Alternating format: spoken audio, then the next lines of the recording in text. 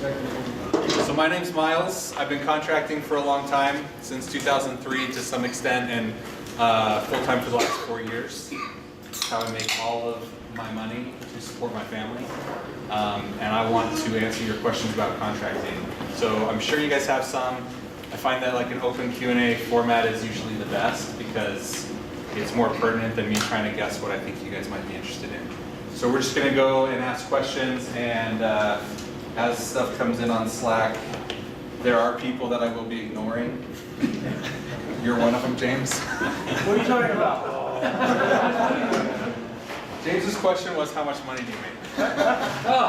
Which I think is a fair question, right? But what I'm going to do is I'm going to instead ask you to imagine how much money you think you could make as a contractor, and it will be not specifically tied to me. So does anybody have a guess? Like yearly, like take home as a full-time contract developer? Throw a number. No, not quite. Lance gave me the $1 million, but not quite. I mean, maybe. I don't. So it's less than that. Okay, we'll move on to the next question. Lance, you had your hand up. Do you have a question? Yeah, I was just wondering, so when you, I assume before you did contracting, you worked a job? Negative. Okay. Well, I guess, let me be clear. So when I started contracting, it was shortly after I got home. I served a full-time mission. Shortly after I got home, I started contracting by making websites for people, and I would buy a template for $30 to $50, and I would customize it with their content, and then I would host it for them and sign them up for like a X dollars per month kind of hosting thing. And the total website customization usually costs around $500. So I guess my question was just like, I think initially, like if someone was going from a normal job to doing that, you're not going to just go from no clients and no exposure and no experience to like being good enough that you would be able to replace your income. So what's a, like what do you think the typical strategy is? Yeah, so that's a great question. Thanks, Lance. A lot of the people that I talk to, they want to do what I call the grand gesture, and they just want to quit their job and just go at it, right? Whether that's contracting or product or whatever, right? And I generally don't recommend that because it's risky, right? You may be in a place in your life where you can absorb that risk and it's okay. And then you can also do what I call fear setting that I got from Tim Ferriss, where you talk about what are the actual downsides if this goes horribly south, right? For most of us here, you could just go get another job, right? If you're like, I'm gonna quit my job, I'm gonna go contract. If you're gonna do that, at least have a contract to quit on. The last time that I quit my full-time job to do contracting, I quit on a 3-month contract. It was a full-time 3-month gig, turned into 5 months, right? And those 5 months gave me enough runway to feel comfortable saying I have time to find something else and or a job.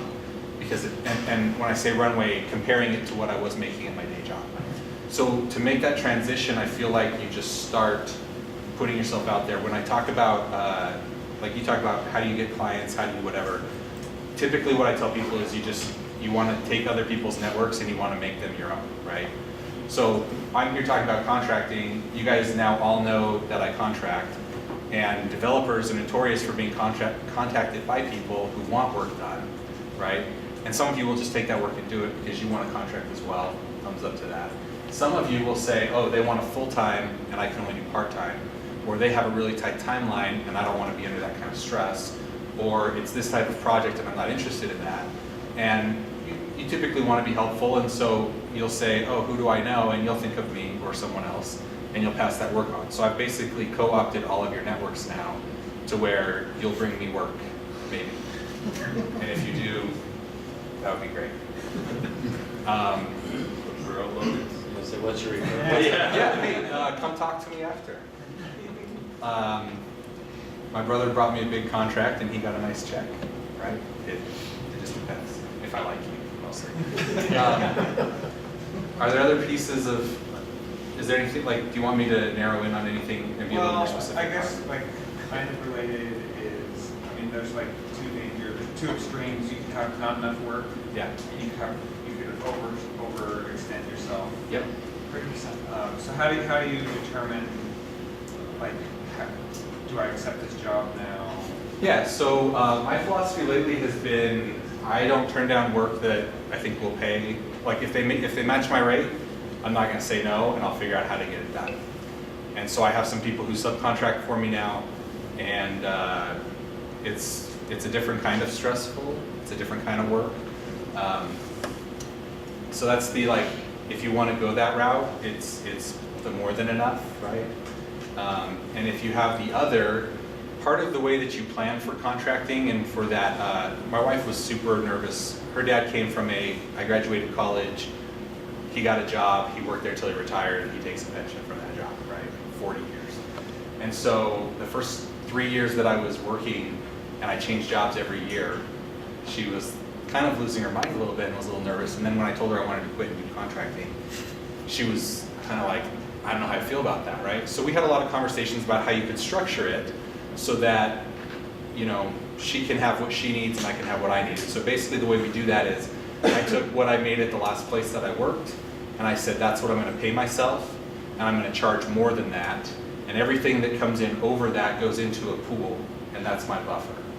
And I build that buffer up over time, right? I told you that I took a 3-month. The goal from that 3-month was to give myself at least 1 or 2 months on the end of that I could pay myself without having to work if I didn't have work. And so that's something that I still do today.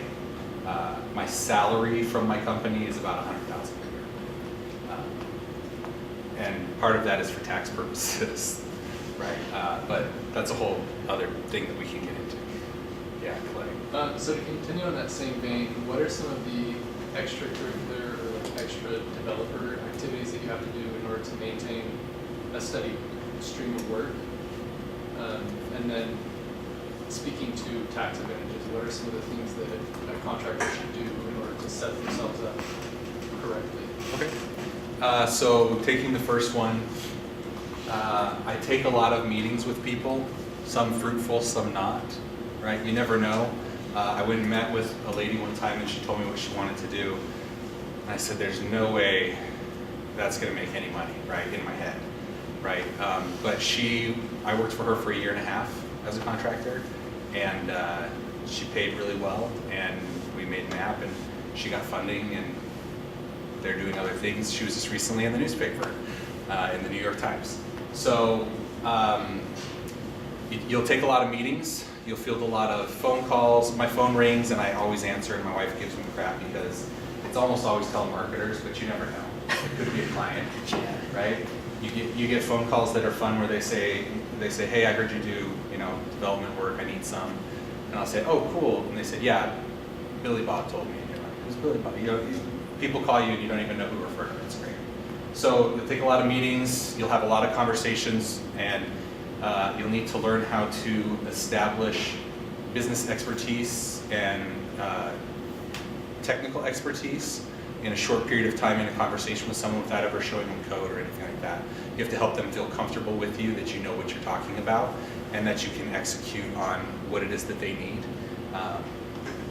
There's a guy who was an FBI hostage negotiator, and he wrote a book called Never Split the Difference.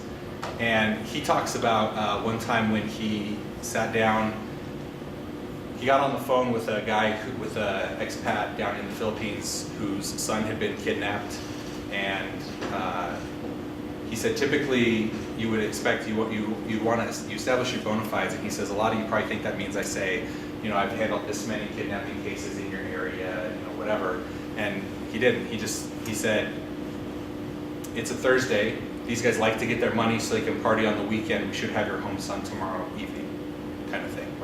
And just talking through what he knew without this. Basically what I'm trying to say is the goal is to establish expertise without telling them you're an expert by talking about their problem and letting them see through that lens that you're an expert, right? I do all my own accounting, which is getting to be more of a pain. I used to do my own taxes. You maintain your own website. You kind of wear a lot of different hats, and you don't have to wear all of those because you'll start to learn. Let's say you charge $100 an hour. You can get someone who is an expert in what they do, right? This is why I don't do my own taxes anymore. because I would spend, 4 to 6 hours and do kind of a mediocre job.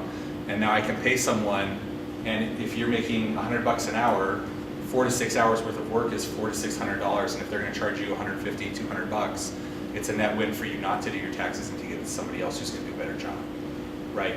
And if you start to think that way, that's kind of the mindset of contracting as well, right?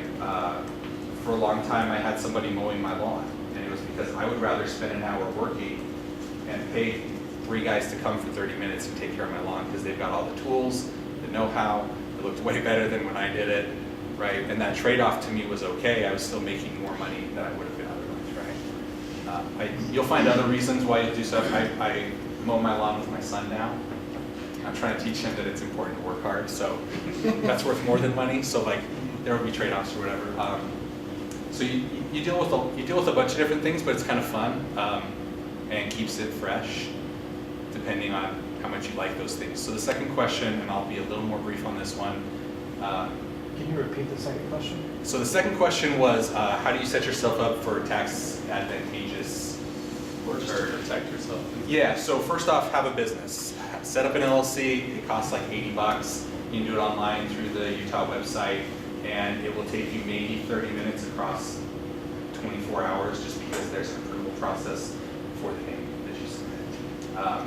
And that will set you up so that if someone, say you did work on something and there was a problem, it protects you somewhat from any sort of lawsuit, right? They can sue the business, but it's a disregarded entity, so it doesn't pass through you.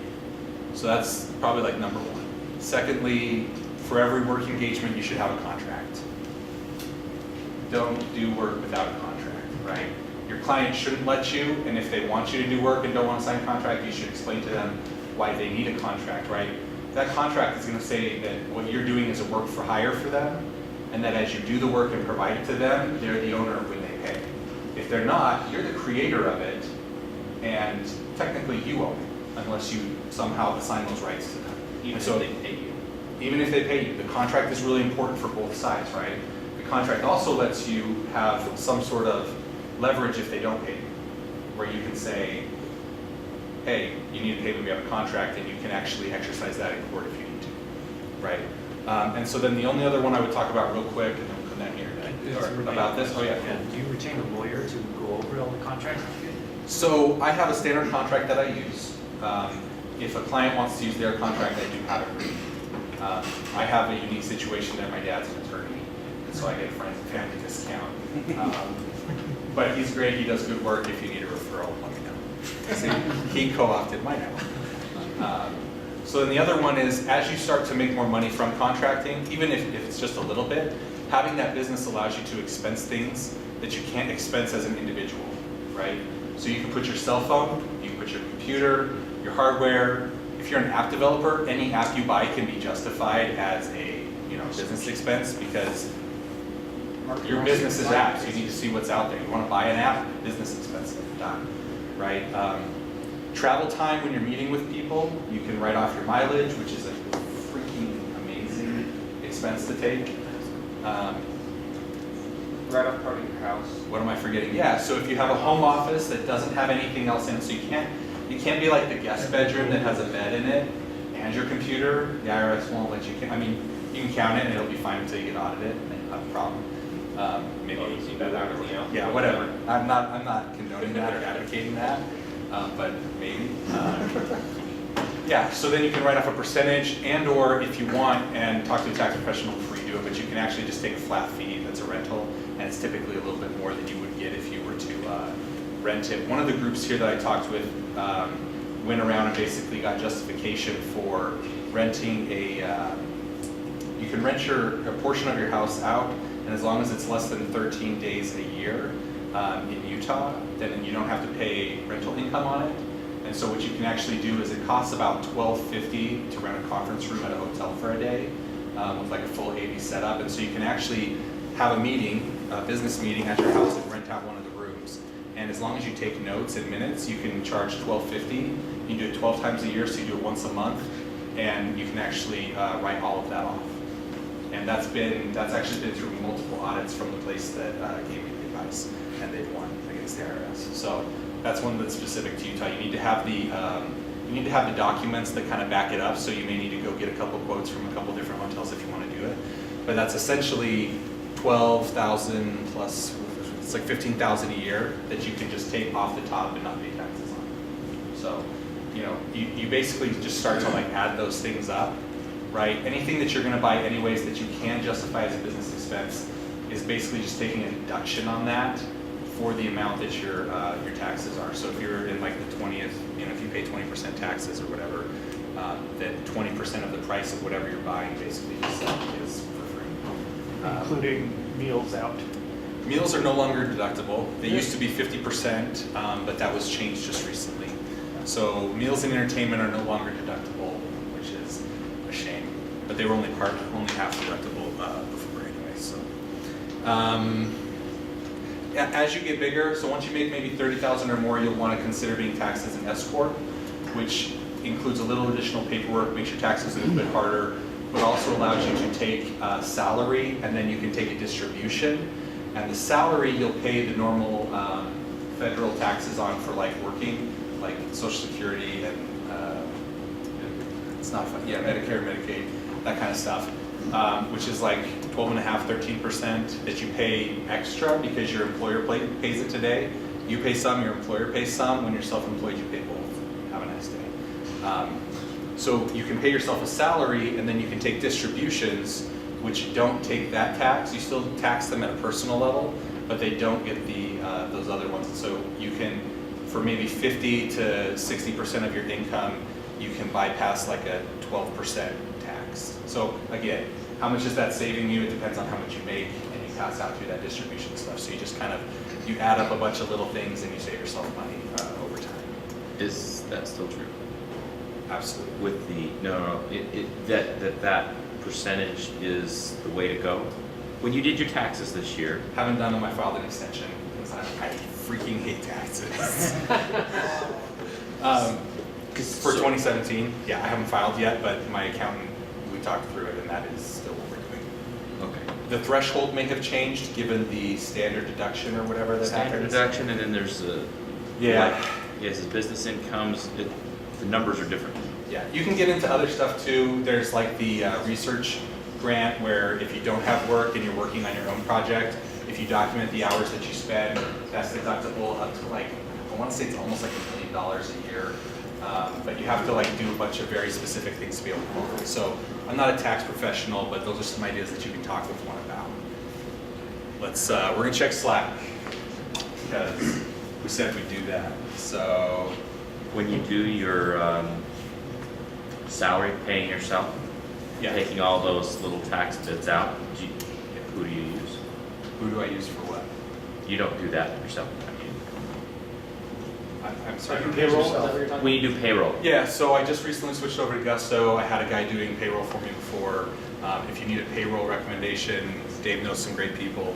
I haven't worked with them, but I hear they're good. And I think there are some other people who are. James is. I'll use it, she's great. Yeah. Cheap. So I do Gusto, and then everything else is on a business credit card. It comes into QuickBooks, and I categorize it, which I shouldn't be doing myself anymore, but I still do because I'm a glutton for punishment. Yeah. Other stuff, other questions. Let's go back and then up to Forrest. Your name was, sorry? Corey, Corey, that's right. so tell me about how you structure your hours and stuff, and what conversations you have with the client, like what's the expectation? Are you gonna be 10 hours, 12 hours a day, or is it standard 8 hours? So it depends on the client. Some clients that I have are really part-time work, where they don't really have enough work for 40 hours a week. And so it's like 10 at a time, or like 20 for 1 week, and then nothing for a few weeks, and then 10. You know, so it depends. Some clients are like, we want you in office 40 hours a week. And so you have those conversations with them. What's your budget, right? One of the first conversations I like to have with people, because it shows that you're thinking about their business, is you say, cool, this is the project we're talking about. What sort of hard deadlines do you have? Do you have marketing events? Do you have board meetings? Do you have, like, when do we need to be showing things? When do we need to be releasing? What milestones do you have, right? That also puts them in the mind frame of like, you know, you're collaborating, you're working together on like setting those out kind of stuff. And it's easy for them to like see themselves working with you because you're talking about working together and like what that would look like and kind of putting them at ease. So that, it really depends on it's client specific, and so we'll just document it in a contract.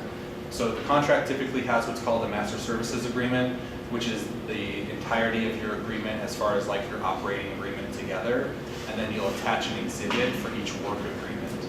And the exhibits will say, you know, January through the end of June, 20 hours a week at this rate, and sometimes they task out what it is that you'll be doing. And a lot of times it just ends up being work as directed by the client. It talks about, you know, how often you bill and that kind of stuff. And so you just set it up in what's called an exhibit, and then you stick to it, and you hold the client to it. Do you ever have the conversation of, I want you to build this app, but you have 4 other projects, like, do they care about that kind of stuff? Do they know about that? So a lot of times people will ask, you know, what else are you working on? And I try to be upfront and say, I have a ton going on. But I say, what is it that you need? And then I evaluate and say, can I give that to you? And if I can, I say, I can give that to you. And, you know, depending on the client again, some clients want you during work hours because you're collaborating with people. Some clients don't care if you're after hours. Some clients don't care if you subcontract it out to other people, right? Some do. And so you have to kind of feel that out. And sometimes you talk about it and sometimes you don't. And if you talk about it, they probably care. And if they didn't ask about it, they probably don't. And so as long as you're delivering good work for them, right, like you should be based on your contract, the details kind of don't matter as much unless they do to that particular client.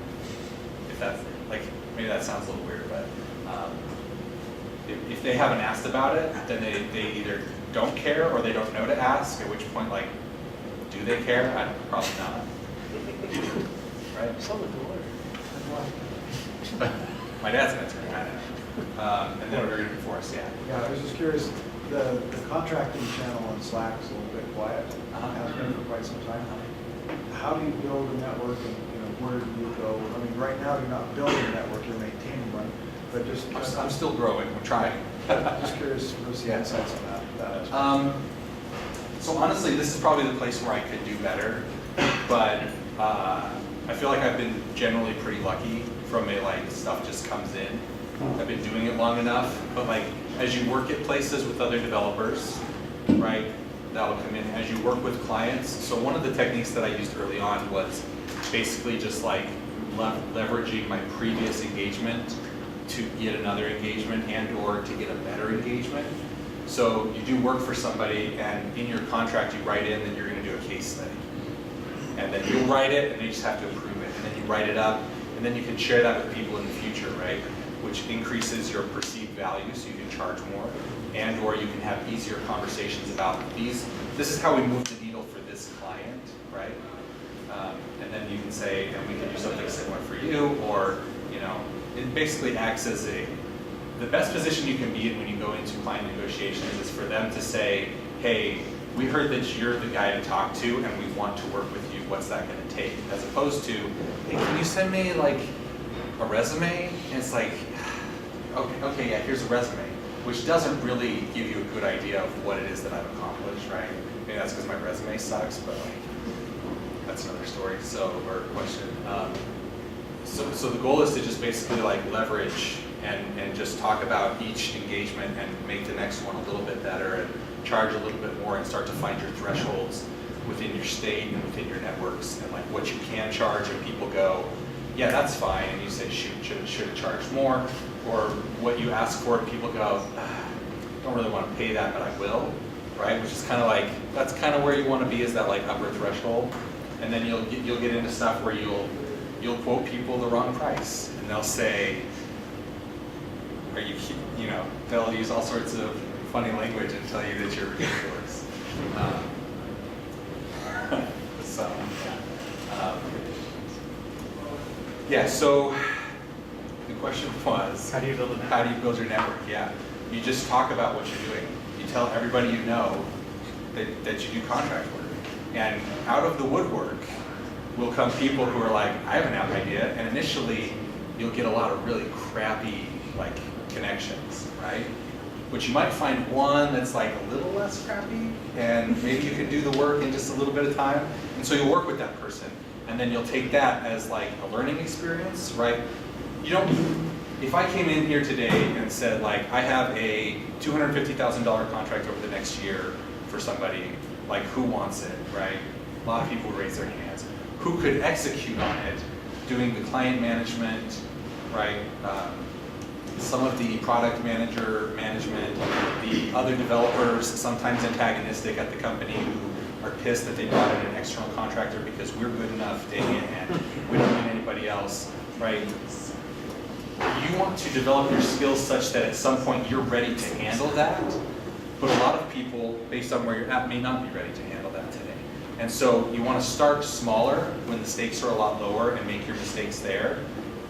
Instead of making your mistakes with big names, big companies who are going to talk to other people and be like, oh yeah, we tried to hire that guy, but it was garbage and they didn't deliver on their deadlines or whatever, even if it wasn't your fault, whatever the story ends up being, like that's what it is. And so I would say take some of those early opportunities and learn from them, right? Build your skills as a contractor as well as building your portfolio, right? And level up that way. And good client work, that's going to bring more people into you because people who need work typically know other people who are, building companies or working, product managers. They hang out together just like we do, right? So you kill it for one guy, they're at lunch with their buddy who says, yeah, we don't have enough bandwidth or whatever, and they say, oh, this guy totally nailed it for us. This is what they did. They were, reasonably priced. They knocked it out of the park. They hit all our deadlines. Great at communicating, whatever. And they say, oh yeah, let's talk to them. And so then they say, so-and-so recommended you. And you're like, yeah, we'd love to help you, whatever, what's wrong, right? And so I have pretty much gone a word of mouth route. I'm trying to learn how to do the online website stuff and going through some of the same sort of stuff where you just get garbage leads.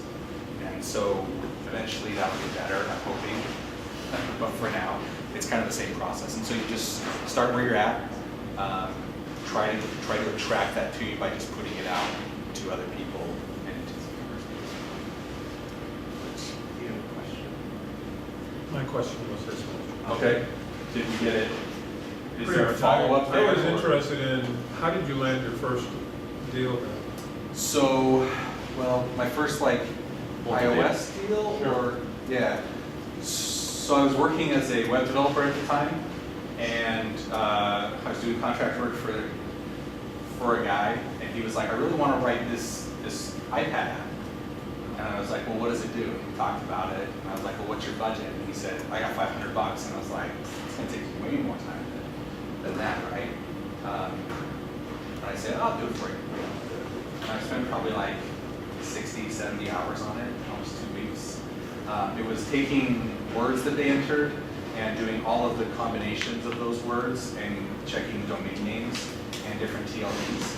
And who knew that connecting to all the various registrars and getting accurate information was as hard as it is. And so, I sucked a little pond water on that, but I learned a ton, and I took the app and I put it on the store. And then the next time I was talking to somebody, I was like, oh yeah, I have this app on the store. I wrote my own app initially to kind of back in those days, it was, the qualification was, do you have an app on the store?